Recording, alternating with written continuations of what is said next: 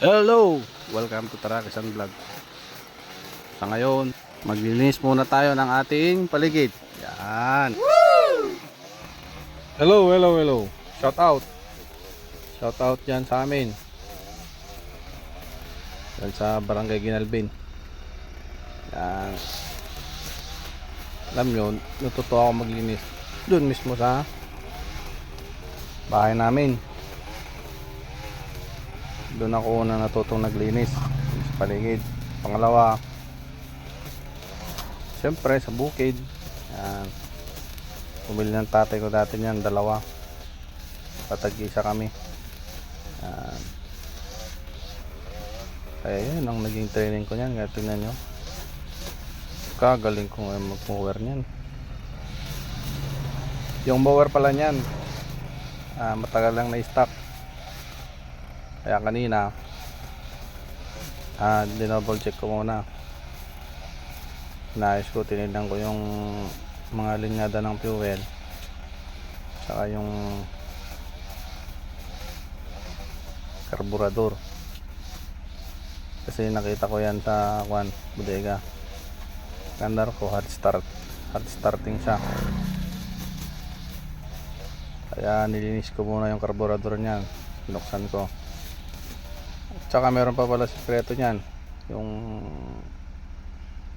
pump mismo ng kanyang fuel nasa ilalim ng tangke niya. Kaya nahanap ko pa kanina yun. Yung pala yan. Ang mower ko pala na gamit, ayan, ay steel. Yan, original yan. Napakagaan, madali lang gamitin. Tignan nyo, mabilis lang ipanlinis. Siyempre, dala na ako ng sako yun kasi naka-perpad na ako. Ba't yung mga maliit na batikan tumatama yan. Alam mo na kung mahanap na ang dami pa. Ano lang, improvise. Ako na-experience yan, hindi mo maiisip na rin yan. Meron lang yun. Balik ulit tayo. Punta naman tayo sa bandaron.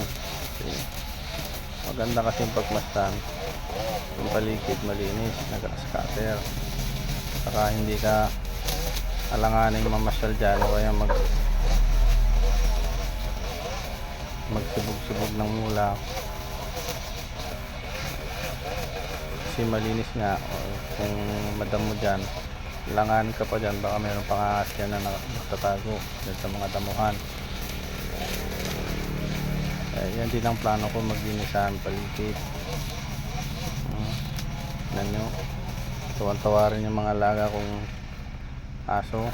Yan, bantay ko mga yan, bantay ko yan sila. Pagkulitan yan sila mamaya.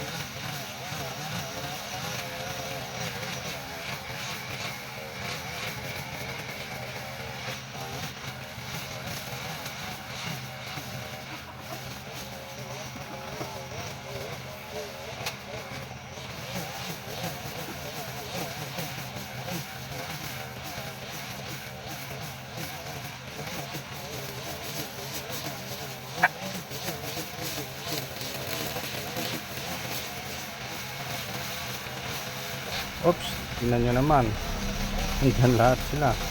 Yan, kahit kung mga larong aso, tuwan-tuwa sila, malinis ang pinaglalaroan nila ngayon.